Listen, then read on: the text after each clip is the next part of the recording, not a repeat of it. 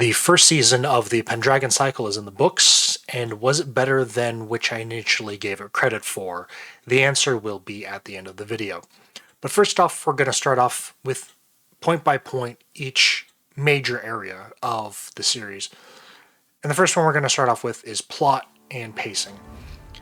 Like I said in my initial impressions, the show did not get off to a great start. It was slow and it dragged in a lot of places. My initial viewpoints of that were correct, if you want to check out that video. However, once the main cast got involved, because basically the first two episodes were a prologue, the pacing did get better. While it wasn't exactly thrilling the whole time, it ended up being fine and something you could watch all the way through, basically. The plot was meh, it was fine, like it held my attention a little bit, but it wasn't enthralling at all. So that gets a 3.1 out of 5. Next up is acting.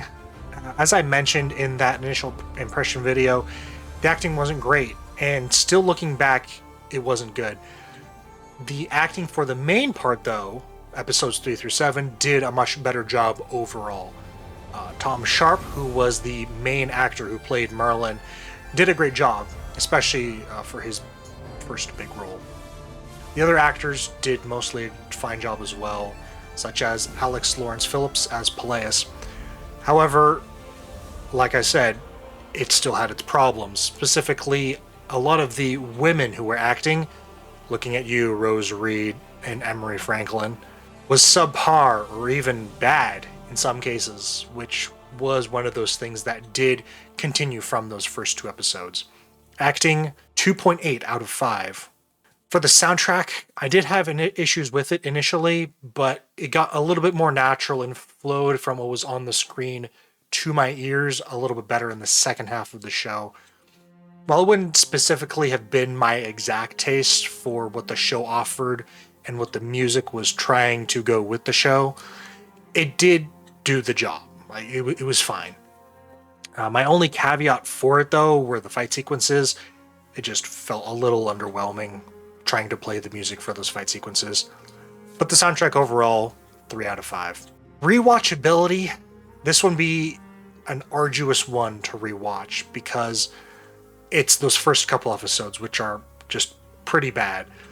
The good news though is that the first season isn't too long. It's only 7 episodes. Each episode is an hour to an hour and 10 minutes. It's not that long. However, I would only rewatch it if like a friend of mine wanted to really watch it himself, and I'm saying I guess I'll watch it with you.